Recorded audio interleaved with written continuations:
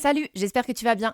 Aujourd'hui, on se retrouve pour un épisode que j'ai hâte d'enregistrer, que j'ai intitulé Pas d'équitation sans décontraction.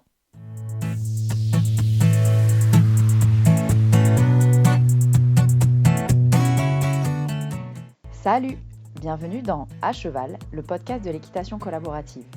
Je suis Morgane, je suis coach en équitation et j'accompagne mes élèves, peu importe leur discipline ou leur niveau équestre, vers plus de collaboration dans leurs échanges avec leur cheval.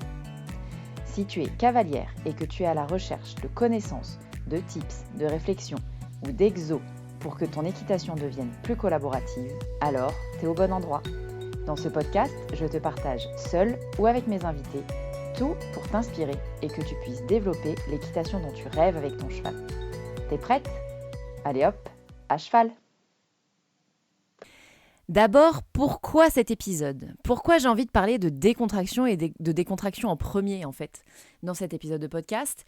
Parce que je rencontre beaucoup de personnes qui... C'est un peu mon cœur de métier en ce moment, c'est la biomécanique. Je rencontre beaucoup de personnes qui veulent agrandir leur boîte à outils de connaissances en biomécanique. Il n'y a pas longtemps, une de mes élèves a parlé de palette de connaissances. J'adore cette image, donc partons là-dessus. Beaucoup de personnes me contactent parce qu'elles ont envie d'agrandir leur palette de connaissances. Et en fait, on en revient très souvent, une fois qu'on est face au cheval, à un seul et même sujet, le grand sujet de la décontraction. Et j'ai envie d'en parler là parce que vraiment, on le sous-estime. On part du principe, il y a beaucoup de gens qui partent du principe et on va débunker l'idée reçue bientôt. Dans les mois peut-être qui viennent, dans les semaines, mois qui viennent avec Lucie Lecor notamment, on va parler de ce sujet-là, on a décidé d'en parler. Parce que c'est important, je rencontre beaucoup de personnes qui partent du principe que pour travailler le physique de leur cheval, il faut le travailler dur, il faut le travailler de manière costaud et très physique et qui transpire, et etc., etc. Et en fait, le truc qu'on sous-estime grandement et pour autant qui est à la base de tout travail efficace, c'est la décontraction. À partir du moment où on perd la décontraction, on perd la fonction optimale des muscles. Un muscle, pour fonctionner de manière optimale, il a besoin d'être d'abord capable de se décontracter, de se relâcher.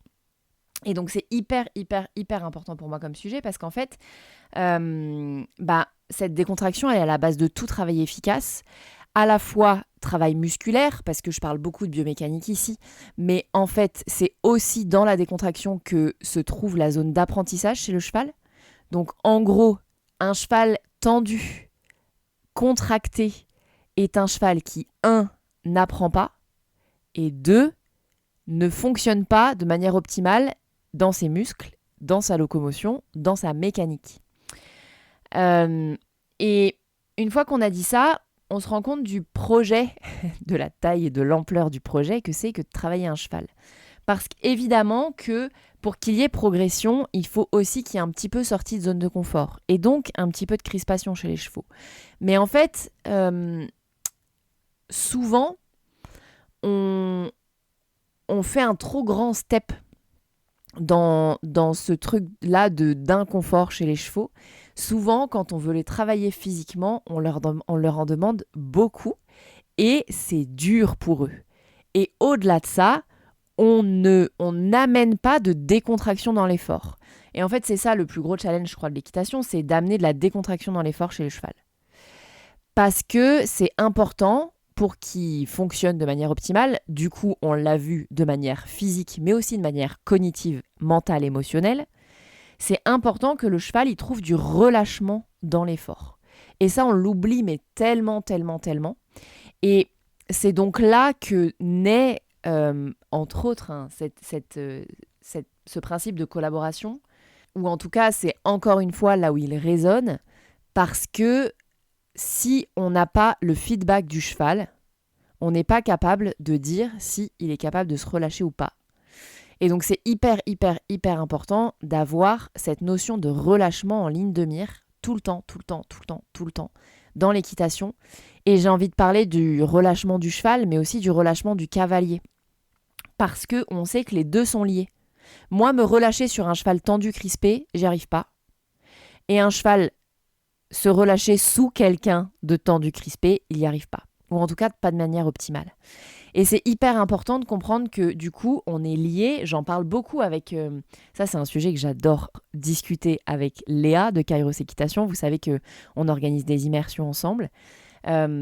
Et c'est vraiment un principe qu'elle a et dont elle parle beaucoup, c'est le fait de faire moins. De faire moins toujours avec le cavalier et donc de permettre au cheval de faire moins aussi. Et en fait, dans cette notion de faire moins, c'est faire l'essentiel ou faire la chose la plus importante sur le moment dans notre organisation corporelle, physique, émotionnelle et dans l'organisation corporelle, physique et émotionnelle du cheval. Et donc, cette notion de faire moins, elle rejoint grandement la notion dont je parle aujourd'hui dans cet épisode de podcast de décontraction. Parce que si on veut permettre de travailler dans le mouvement l'essence de ce qu'on a envie de travailler aujourd'hui, eh ben, on a obligation d'amener notre cheval dans un confort, dans un espèce de confort, ou en tout cas dans une décontraction. Parce que l'idée, encore une fois, c'est de trouver la décontraction, le relâchement dans le mouvement et dans l'effort, ce qui n'est pas simple. Et on ne peut pas toujours parler de confort. Quand on est dans l'effort, on n'est pas forcément dans le confort. Donc l'idée, c'est vraiment d'amener du relâchement dans ce travail physique, émotionnel. Et parfois, le stretching, il est encore plus émotionnel et cognitif que physique pour certains chevaux et dans certaines situations.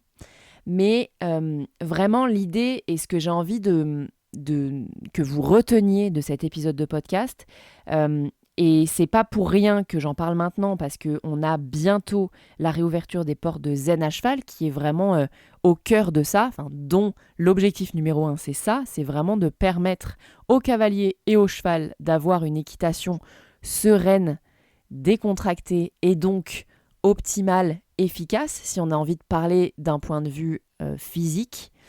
On a envie de trouver cette fameuse décontraction dans le mouvement et dans l'effort. J'ai vraiment, vraiment envie que vous reteniez ça, que la décontraction est à la base de tout. Et il y a pas longtemps, j'ai assisté au stage bioméca j'adore me former avec d'autres pros sur les sujets que j'aborde aussi. J'étais donc en train d'assister au stage bioméca de Lucie Lecor et elle parlait du fait que les muscles profonds sont capables de fonctionner uniquement si le cheval est relâché. Et c'est hyper intéressant ça aussi.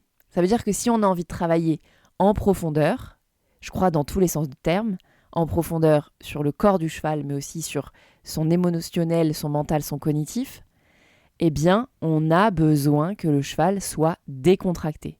Sinon, parfois, on fait pire que mieux. Et du coup, une fois qu'on a dit ça, c'est hyper intéressant d'aller y mettre des notions de biomécanique. En ce moment, je travaille beaucoup la thématique de la dissymétrie. Donc, il y a toutes ces notions de ça sert à rien de forcer un cheval à fonctionner comme il ne peut pas. Un cheval qui est fortement dissymétrique, qui a du mal à se plier à droite, ça ne sert à rien de le forcer à se plier à droite, puisque forcément, on perd la décontraction et donc on a de la crispation dans le mouvement et donc on ne travaille plus de manière optimale, ni pour son physique, ni pour son mental et son émotionnel. Et donc, c'est pas optimal pour nous aussi, parce que franchement, c'est relou de travailler, de devoir forcer un cheval à faire un truc pendant 1 heure. Donc, nous, on est aussi dans la crispation, dans le aller contre, et donc, on est aussi crispé, et parfois, on a l'émotionnel, parce qu'on est frustré, en colère, etc., de ne pas réussir à faire ce qu'on a envie de faire.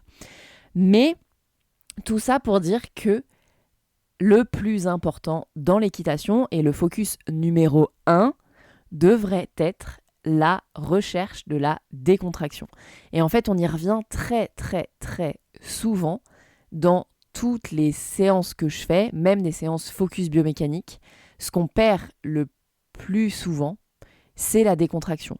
Ou en tout cas, dans les séances, ce que j'amène à remettre en avant le plus souvent, c'est la décontraction. Une fois qu'on a compris ça, et j'ai vraiment envie que vous reteniez ça, ça change absolument tous les objectifs et la façon dont on fait de l'équitation, parce que on va garder notre focus sur la décontraction en premier, et donc les séances vont se passer mieux pour notre cheval, pour nous, et en plus le truc fou, c'est qu'on va progresser plus vite, alors que parfois on imagine que c'est l'inverse. Donc, idée générale de cet épisode de podcast, je l'ai répété 12 000 fois, je pense que vous avez retenu. Pas d'équitation avant la décontraction et il n'y a pas d'équitation sans décontraction. C'est vraiment tout est dans le titre de cet épisode de podcast, mais c'est hyper important pour moi que vous compreniez bien ça pour pouvoir mettre en place une équitation qui est porteuse pour vous et pour votre cheval. Voilà ce que j'avais envie de vous dire aujourd'hui.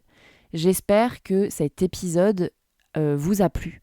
Si c'est le cas, je vous invite encore une fois à aller mettre une note sur la plateforme d'écoute que vous utilisez, si ce n'est pas encore fait, 5 étoiles de préférence.